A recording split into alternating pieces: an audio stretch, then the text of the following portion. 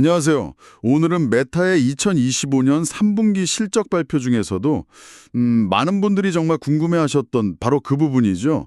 분석가들과 경영진 사이에 오고 간 질의응답 시간을 한번 집중적으로 파헤쳐 보겠습니다. 네, 그 CEO나 CFO의 준비된 발표 내용은 건너뛰고요. 실제 오고 간 날카로운 질문과 또 솔직한 답변 속에서 메타의 진짜 속내를 들여다보는 시간을 갖도록 하죠. 여러분께서 이 Q&A 자료를 공유해 주시면서 특히 그 메타의 공격적인 AI 투자 그리고 그 방향성에 대한 시장의 진짜 궁금증이랄까요? 공식 발표 너머의 논의가 듣고 싶다고 하셨거든요. 오늘 저희가 바로 그 핵심 질문과 답변들을 하나하나 좀 짚어보면서 메타의 미래 전략이라든지 AI 투자에 대한 자신감의 근거 그리고 실제 성과 지표들을 함께 살펴보겠습니다. 자, 분석가들의 예리한 질문 속으로 함께 들어가 보시죠. 첫 질문부터 아주 강렬합니다. 모건 스탠리의 브라이언 노악 분석가가 던진 질문인데요. AI 인프라에 이렇게 막대한 돈을 쏟아붓고 있는데 구체적으로 어떤 성과를 기대하는지 그 투자 대비 수익 ROI에 대한 확신이 있느냐는 핵심을 딱 찔렀습니다. 그리고 덧붙여서 4분기 리얼리티 랩스 매출 전망이 좀 부정적인데 그 규모는 어느 정도인지도 물었고요. 네, 답변을 좀 요약해보면요. AI 투자는 크게 세 영역, 그러니까 MSL, 이게 메타 초지능 연구소죠. 그리고 핵심 AI, 또 BAI 영역 모두에서 늘고 있긴 한데 특히 그 MSL 관련 AI 수요 증가가 가장 두드러진다. 이렇게 밝혔습니다. 핵심 AI 부분에 대해서는 그 작년에 계획했던 투자가 실제 광고 성과 개선으로 이어지고 있다는 점을 꽤 강조했죠. 실제로 성과가 나오고 있다. 네, 여기서 주목할 지표가 가치 가중 전환율이라는 건데요. 이게 영어로는 Value Weighted Conversion Rates인데 단순히 광고 노출 수보다 이 전환율이 더 빠르게 증가하고 있다는 겁니다. 그게 구체적으로 어떤 의미죠? 가치 가중 전환율이요? 그러니까 광고를 보고 나서 그냥 클릭만 하는 게 아니라 뭐 실제 구매를 한다든지 앱을 설치한다든지 그런 비즈니스에 정말 가치 있는 행동으로 이어지는 비율이 높아지고 있다. 뭐 이렇게 해석할 수 있겠죠. 이런 성과는 또 레티스 같은 새로운 모델 아키텍처 덕분이라고 설명을 해요. 더 많은 데이터와 컴퓨팅 파워를 효과적으로 써서 광고 성과를 끌어올렸고 2026년에도 이런 긍정적인 추세가 이어질 거다 이렇게 기대하고 있었습니다. 그리고 리얼리티 랩스 매출 관련해서는 구체적인 숫자를 딱 제시하진 않았고요. 작년 4분기에 퀘스트 3S 신제품 출시 효과가 있었는데 올해는 그게 없고 또 연말 판매 물량 일부가 3분기에 좀 선반영된 영향도 있어서 전년 대비 감소할 거다 뭐 이런 예상입니다. 근데 다만 AI 안경 매출은 상당히 성장할 것으로 보고 있다. 이 점도 덧붙였죠. 그러니까 당장 투자한 돈이 내일 얼마로 돌아온다? 이렇게 정확한 숫자를 내놓기는 어렵지만 광고 효율성 같은 핵심 사업 지표에서 꽤 긍정적인 데이터가 계속 나오고 있다. 이 점을 강조하는 거군요. 일종의 우리는 지금 올바른 방향으로 가고 있다. 이런 신호를 계속 보내는 셈이네요. 맞습니다. 특히 그 가치 가중 전환율 같은 구체적인 지표를 제시하면서 투자가 단순한 비용 지출이 아니라 실질적인 성과 개선으로 연결되고 있다는 점을 보여주려는 의도가 좀 엿보이죠. 그 ROI에 대한 자신감, 여기에 이어서 다음 질문은 또 자연스럽게 비용 문제로 넘어갑니다. JP모건의 더그 앤무스 분석가인데요. 내년에 예상되는 그 막대한 설비 투자, 캐펙스라고 하죠. 그리고 비용 증가가 회사의 핵심 사업 성장이나 이익, 현금 흐름에는 어떤 영향을 줄지, 또 어느 정도의 현금을 좀 보유하려는 목표가 있는지도 물었습니다. 이 정도 투자를 감당할 체력이 되느냐, 이런 질문이죠. 네, 메타 측 답변은 일단 현재 2026년 예산 수립 중이라 구체적인 숫자는 유동적이다. 이런 전제를 깔고 시작합니다. 근데 좀 흥미로운 지점은 현재도 컴퓨팅 용량이 부족하다고 느끼고 있다. 이 점을 좀 솔직하게 언급한 부분이에요. 더 많은 용량이 확보된다면 MSL 연구뿐 아니라 핵심 사업 영역에서도 ROI가 높은 곳을 충분히 활용할 수 있다. 이런 자신감을 내비쳤죠. 부족하다고요? 그렇게 많이 투자하는데도요? 네, 그렇다고 하네요. 그리고 마크 저커버그 CEO의 발언은 더 직접적입니다. 과거 경험상 항상 필요한 컴퓨팅 파워를 과소평가해왔다고 인정을 하면서 그래서 지금은 투자를 크게 늘리는 것이 장기적으로 더 수익성이 높을 가능성이 크다 이렇게 판단한다는 겁니다. 심지어 AI 연구 외에 컴퓨팅 파워가 좀 남더라도 핵심 앱, 뭐 페이스북이나 인스타그램 같은 거요. 그리고 광고 시스템의 지능을 높이는 데 투입하면 바로 수익으로 연결될 수 있다고 보고 있어요. 외부에서 뭐 API 서비스나 컴퓨팅 자원 제공 요청도 많다면서 최악의 시나리오를 가정해도 그냥 몇 년치 인프라를 미리 구축한 셈일 뿐이다. 상당히 좀 낙관적인 태도를 보였습니다. 아, 과거에 항상 부족했다고 느꼈으니까 이번에는 차라리 좀 넘치게 준비하는 게 낫다. 이런 판단이군요. 기회가 너무 커서 투자를 아낄 수 없다는 아주 강한 의지가 느껴지는데요.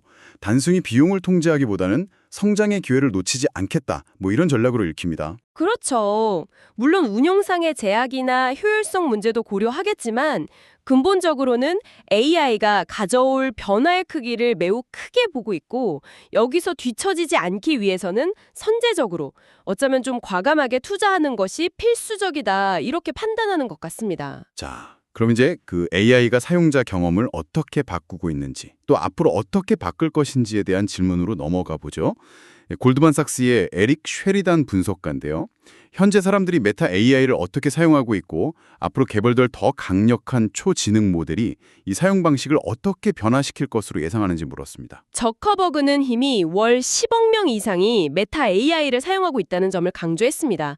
여기서 중요한 포인트는 현재 사용 중인 기반 모델, 이게 라마4 기반이라고 하는데요. 이 모델의 성능이 개선될수록 사용량이 눈에 띄게 증가하는 경향이 뚜렷하다는 겁니다. 아, 성능과 사용량이 비례한다? 네, 이건 단순히 기능이 추가되는 것 이상의 의미가 있죠. 모델 자체가 똑똑해질수록 사람들이 더 많이 그리고 더 깊게 사용한다는 직접적인 증거니까요. 이런 경험을 바탕으로 현재 MSL에서 개발 중인 프론티어 모델, 그러니까 기존에 없던 새로운 능력을 갖춘 차세대 모델이죠. 이걸 탑재했을 때의 파급력에 대해서 굉장히 큰 기대를 걸고 있었습니다. 메타는 새로운 기술을 수십억 명의 사용자에게 확산시키는 데 있어서는 세계 최고 수준의 경험과 역량을 가졌다고 자부하는데요. 이 뛰어난 프론티어 모델을 결합하면 메타 AI 사용량이 폭발적으로 증가할 거다. 이렇게 예측하는 겁니다. 이게 단순히 AI 비서 기능을 넘어서 비디오나 이미지 같은 컨텐츠 생성 도구 아니면 기업용 AI 솔루션 같은 훨씬 다양한 영역으로 확장될 수 있다고 보고 있고요. 물론 핵심 사업인 에피드 추천이나 광고 시스템 고도화에도 당연히 큰 도움이 될 것이라고 했고요. 더 좋은 모델, 더 많은 사용이라는 명확한 상관관계를 이미 확인했기 때문에 앞으로 나올 그 프론티어급 모델에 대한 기대감이 아주 크군요. 단순히 기능을 추가하는 게 아니라 AI의 근본적인 성능 향상이 사용자 행동을 바꿀 수 있다. 이런 믿음이 깔려 있는 것 같습니다. 맞습니다. 기술의 진보가 실제 사용자 가치와 직결된다는 확신이 있기 때문에 모델 개발에 막대한 투자를 하는 것에 대한 정당성을 내부적으로 확보하고 있는 것으로 보입니다. 분석가들은 늘 추세를 궁금해하죠. 번스타인의 마크 슈물릭 분석가는 올해 광고 성과 개선의 정도가 지난 2년과 비교했을 때 어느 수준인지, 그리고 모두가 주목하는 초지능 연구소 MSL에서 나올 진짜 새로운 결과물은 언제쯤 기대할 수 있는지 물었습니다. 속도와 시기에 대한 질문이죠. 광고 개선에 대해 CFO 수잔리가 약간 기술적인 설명을 덧붙였는데요. 구글의 GM 같은 거대 언어 모델을 광고 시스템의 실시간 추론, 그러니까 인퍼런스라고 하죠. 여기에 직접 사용하는 방식보다는 이 거대 모델이 가진 지식을 추출해서 더 작고 빠른 실시간 모델, 런타임 모델이라고 부르는데 여기로 옮겨 심는 방식을 주로 사용한다고 밝혔습니다. 아, 좀 복잡하네요. 그러니까 큰 모델을 그대로 쓰는 게 아니라 핵심만 뽑아서 작은 모델에 넣는다. 네, 그런 개념에 가깝습니다. 여기서 추론은 AI가 실제로 사용자의 요청이나 데이터에 기반해서 판단하고 결과를 내놓는 과정을 의미하고요. 실시간 모델은 앱이냐 웹사이트에서 사용자의 행동에 즉각적으로 반응해야 하니까 아무래도 좀 가볍고 효율적인 모델을 뜻합니다. 중요한 점은 이 실시간 모델 자체도 계속 발전시켜서 더 많은 컴퓨팅 파워와 복잡한 연산을 소화하도록 만들고 있다는 겁니다. 그리고 이 과정이 ROI, 즉 투자 대비 효과가 긍정적인 방식으로 이루어지고 있다고 강조했죠. 메타의 사업 규모가 워낙 크기 때문에 개선율 자체는 작아 보여도 절대적인 매출 증가에는 상당한 기여를 한다. 이런 설명입니다. 점진적이지만 꾸준한 개선이 이루어지고 있다는 거죠. 그렇군요. 그리고 MS의 결과물 시점에 대해서 저커버그는 구체적인 타임라인을 제시하지는 않았습니다. 다만 새로운 모델과 그 모델을 기반으로 한 새로운 제품 모두를 기대해달라. 이렇게 짧지만 강한 메시지를 남겼습니다. 그러니까 광고 성과 개선은 한 번의 퀀텀 점프 이런 거보다는 더 똑똑해진 AI 모델을 통해서 비록 내부적으로는 작은 모델일지라도요. 지속적이고 복리처럼 쌓이는 개선을 추구한다. 이런 거군요. 그리고 MSL의 혁신적인 결과물에 대해서는 구체적인 시점 대신에 기대감을 높이는 전략을 취하고 있고요. 네, 특히 광고 시스템처럼 이미 고도로 최적화된 영역에서는 점진적인 개선이 현실적일 수 있습니다. 하지만 그 작은 개선들이 모여서 큰 차이를 만들어낸다는 점, 그리고 MSL을 통해 미래에 더 큰 도약을 준비하고 있다는 점을 동시에 강조하는 모습입니다. 월스트리트에서 빼놓지 않고 묻는 질문이죠. 뱅크 오브 아메리카의 저스틴 포스트 분석가인데요. 이전의 모바일 전환기 같은 그런 콘텐츠 사이클과 비교했을 때 앞으로 다가올 AI 시대의 마진, 즉 수익성은 어떻게 될 것으로 예상하는지 물었습니다.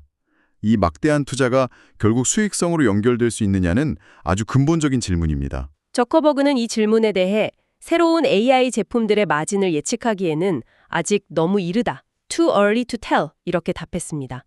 메타의 현재 목표는 특정 마진율 수치를 맞추는 게 아니라 사용자에게 제공하는 가치를 극대화하고 이를 통해 회사의 전체적인 수익성을 높이는 것이다. 이렇게 강조했습니다. 아하, 그러니까 지금 단계에서는 마진율이라는 특정 지표에 얽매이기보다는 AI가 창출할 수 있는 전체 시장의 크기, 그 기회에 더 집중하겠다는 의미로 해석할 수 있겠네요.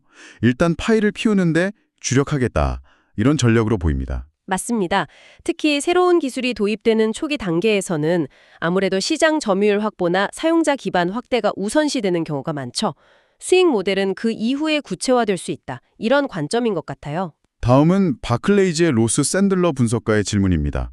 앞서 MSL, 초지능연구소에 대한 기대감을 높였는데 그렇다면 이 연구소의 궁극적인 목표가 무엇인지 좀 더 명확히 해달라는 요청입니다.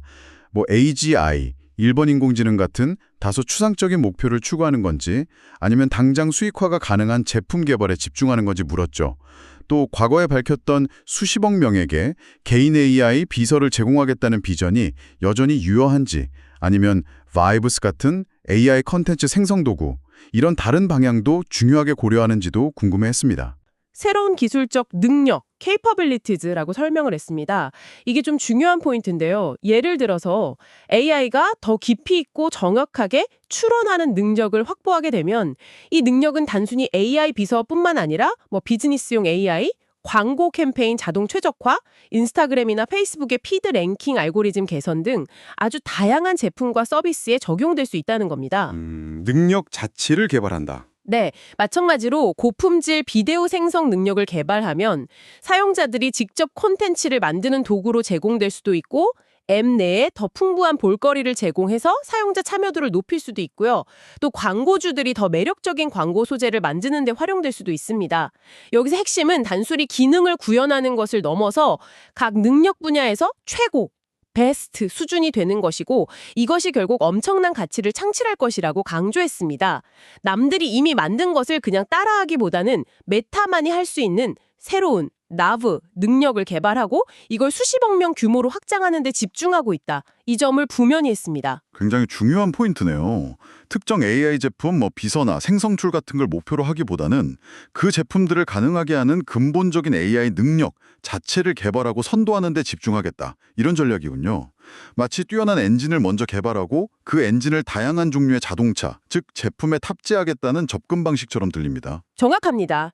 이 능력들이 확보되면 이걸 비서, 광고, 핵심 랭킹 시스템 등 메타의 광범위한 서비스 포트폴리오에 적용해서 시너지를 내겠다 이런 계산인 거죠.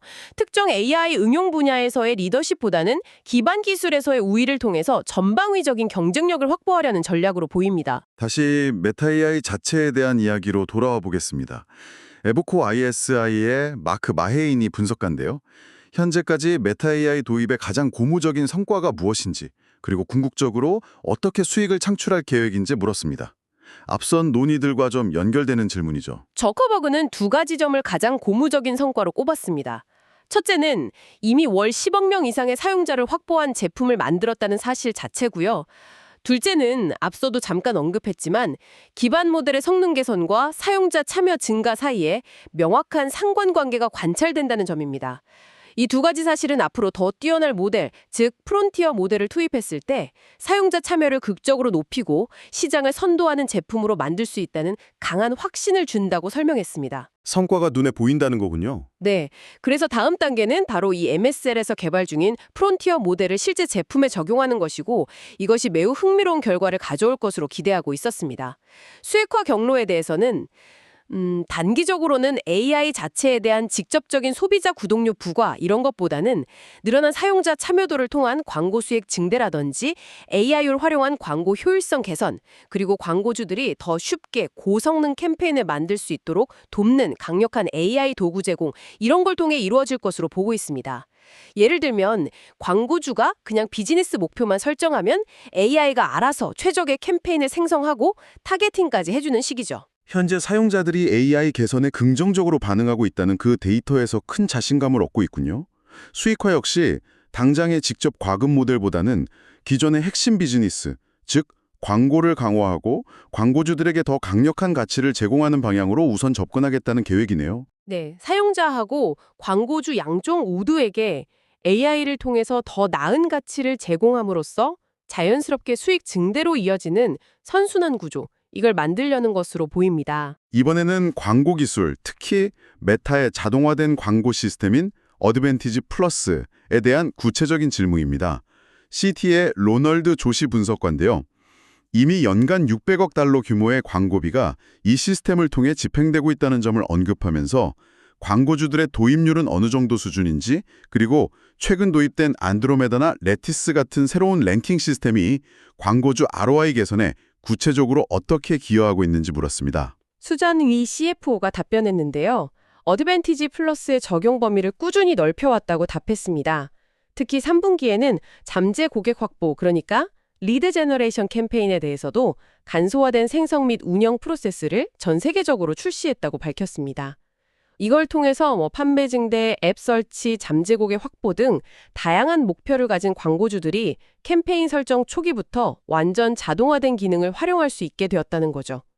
이 시스템은 개별 캠페인뿐만이 아니라 플랫폼 전체 데이터를 보고 타겟 설정, 광고 노출 위치 선정, 예산 분배 등을 자동으로 최적화해서 효율을 극대화한다. 이렇게 설명했습니다. 자동화가 핵심이군요. 그렇죠.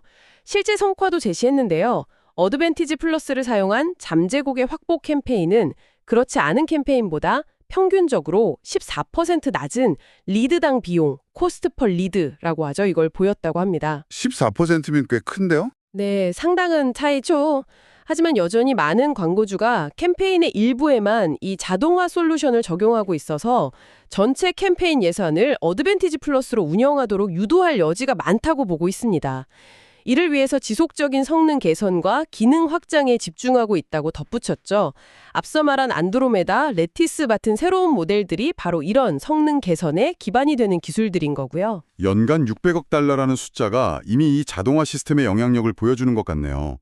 광고주들에게는 더 쉬운 운영과 함께 리드당 비용 14% 절감 같은 구체적인 ROI 개선 효과를 제시하면서 아직 사용하지 않거나 부분적으로만 사용하는 광고주들의 전면적인 도입을 촉진하려는 전략이군요. 그렇죠.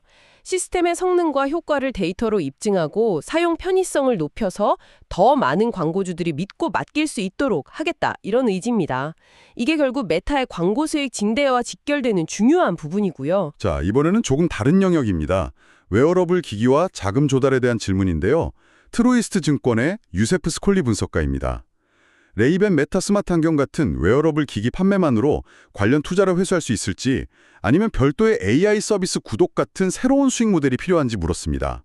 또한 이 막대한 AI 인프라 투자를 위한 자금 조달 방식, 예를 들어 최근 발표된 블루 아울과의 데이터 센터 합작 투자, JV라고 하죠.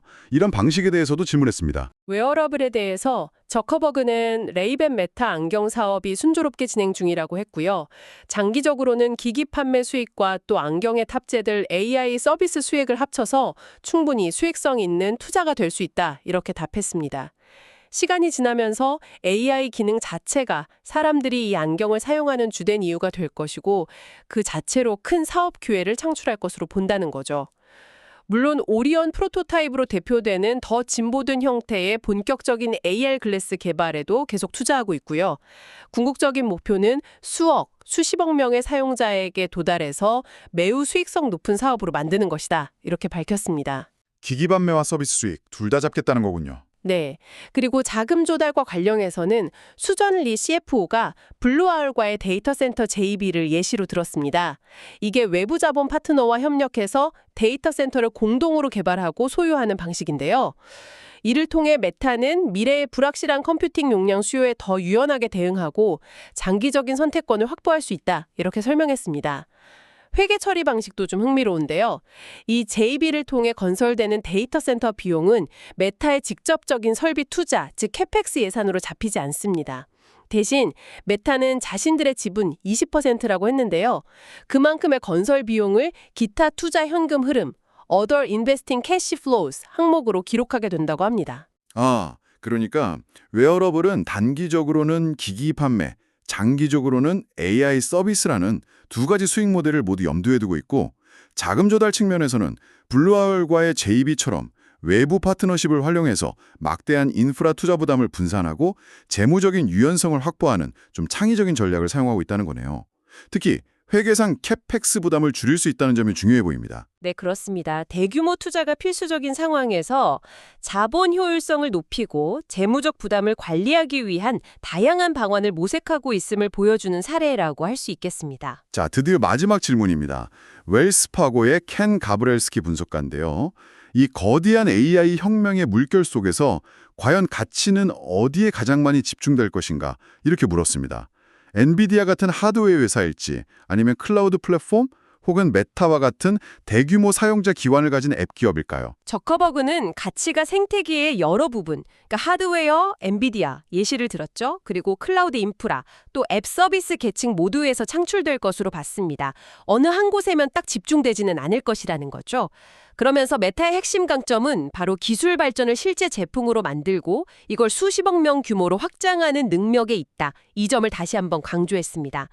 AI는 기존 핵심 사업, 피드 추천, 광고, 서비스 품질 개선 같은 것들을 근본적으로 향상시키는 동시에 메타 AI나 스마트 안경처럼 완전히 새로운 제품과 비즈니스를 구축하고 확장할 기회를 제공할 것이다. 이렇게 확신했습니다. 결국 다 같이 성장하겠지만 메타는 자신들의 강점에 집중하겠다는 거군요. 네, 여러 계층에서 가치가 만들어지겠지만 메타는 자신들이 가장 잘하는 것, 즉 최첨단 AI 기술을 수십억 명이 매일 사용하는 제품과 서비스로 전환해서 기존의 거대한 비즈니스를 더욱 강화하고 동시에 새로운 성장 동력을 만들어내는 데서 가장 큰 가치를 창출할 수 있다. 이렇게 믿는 모습입니다. 기술 자체의 개발도 중요하지만 그 기술을 현실 세계의 사용자 가치로 연결하고 규모의 경제를 실현하는 그 실행력에 강한 자신감을 보이고 있습니다. 다양한 플레이어들이 각자의 영역에서 가치를 창출하겠지만 메타는 결국 기술을 현실로 만들고 퍼뜨리는 능력이야말로 자신들의 핵심 경쟁력이자 가장 큰 가치 창출의 원천이 될 것이다. 이렇게 베팅하고 있군요. 네, 오늘 메타의 3분기 실적 발표 Q&A를 통해 정말 많은 이야기들을 나눠왔습니다. 좀 정리해보면 막대한 AI 및 컴퓨팅 투자에 대한 정당성을 성과 데이터로 뒷받침하려는 노력이 보였고요.